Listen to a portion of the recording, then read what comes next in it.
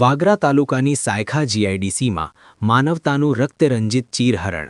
અલ્કેમી ફાઇનકેમની બેદરકારીએ ત્રીજો ભોગ લીધો. વળતરના નામે ભીખ આપતી કંપની સામે પ્રચંડ જન આક્રોશ. વાગરાના સાયખા જીઆઈડીસી સ્થિત અલ્કેમી ફાઇનકેમ પ્રાઇવેટ લિમિટેડ કંપની હવે નિર્દોષ શ્રમિકો માટે જાણે ડેથ ટ્રેપ સાબિત થઈ રહી છે. જિંદગી અને મોત વચ્ચેની જંગ હારી જનાર શ્રમિક રાહિલ સૈયદના કરુણ મૃત્યુએ આ દુર્ઘટનાના મૃત્યુઆંકને 3 પર પહોંચાડી દીધો છે. પરંતુ કમકમાટીભરી વાત એ છે કે લોહીથી ખરડાયેલા હાથ ધરાવતું કંપની મેનેજમેન્ટ હજુ પણ અસંવેદનશીલતાની પરાકાષ્ઠા વટાવી રહ્યું છે. શ્રમિકોના જીવની કિંમત કોડીની આંકીને અસ્વીકાર્ય વળતર પધરાવવાની કંપનીની હીન કોશિશ સામે ભરૂચ જિલ્લા યુવા કોંગ્રેસ અને સ્થાનિક આગેવાનોએ રણશીંગું ફૂંક્યું છે.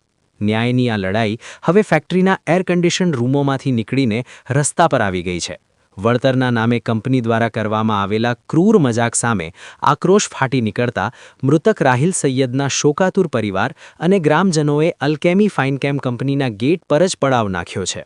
પોતાનો વહાલસોયો ગુમાવનાર પરિવારના આક્રંદથી વાતાવરણ ગમગીન બની ગયું છે. છતાં કંપની મેનેજમેન્ટની પથ્થર જેવી સંવેદનહીનતા ઓગળવાનું નામ નથી લેતી. ન્યાય નહીં તો અંતિમ સંસ્કાર નહીં જેવા મક્કમ નિર્ધાર સાથે પીડિતોએ કંપનીના દરવાજે ધામા નાખ્યા છે, જે દર્શાવે છે કે હવે શ્રમિકોના લોહીનો હિસાબ માંગવા માટે જનતા મરણીયો જંગ લડવા તૈયાર છે. વાગરા પોલીસનો ચુસ્ત બંદોબસ્ત હોવા છતાં પરિવારનો મક્કમ આવાજ કંપનીના સત્તાધીશોના કાન સુધી પહોંચી રહ્યો છે કે હવે ભીખ નહીં પણ હક અને ન્યાય જોઈએ છે. Asha news Gujarati bureau report Sarfaraz Solanki Bharuch. Alkem Finechem કંપનીના અંદર થોડા દિવસો પૂર્વે એક અકસ્માતનો બનાવ બન્યો હતો, જ્યાં કંપનીના અંદર 4 કર્મચારીઓ ગંભીર રીતે દાઝી ગયા હતા અને જેમાં એક સિક્યુરિટી કર્મચારીનું સ્થળ પર જ મૃત્યુ થયું હોવાની માહિતી અહેવાલ પ્રાપ્ત થઈ હતી.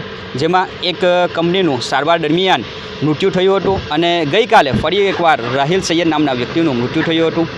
અહીંયા આજરોજ મુસ્લિમ સમાજના અગ્રણીઓ અને સ્થાનિક આગેવાનો સાથે ભેગા મળીને તેમના જે વળતરની છે માંગ માટે કંપની ખાતે ઉપસ્થિત રહ્યા હતા. પરંતુ કંપની દ્વારા આ જે બનાવો બન્યા છે અને જે કર્મચારી સિક્યુરિટી ઉપર હાર્ટ એટેક આવવાથી મૃત્યુ પામ્યા હતા તેને એક નાટ્ય રૂપાંતર આપીને કુદરતી મોતમાં રૂપાંતર કરવાનો પ્રયાસ કર્યો હતો, જેના વિરોધ સંદર્ભે અને પ્રજાહિત કાર્ય માટે મેં મારા થકી ગુજરાત રાજ્ય માનવ અધિકાર આયોગ વિભાગના અંદર એક રાવ નાખ્યો હતો, જેના જવાબરૂપે ગઈકાલે સમન્સ ભરૂચ જિલ્લા ડીએમ એટલે કે ડિસ્ટ્રિક્ટ મેજિસ્ટ્રેટને ગુજરાત રાજ્ય માનવ અધિકાર દ્વારા સમન્સ પાઠવવામાં આવ્યો છે અને તેનો ખુલાસો માંગવામાં આવ્યો છે.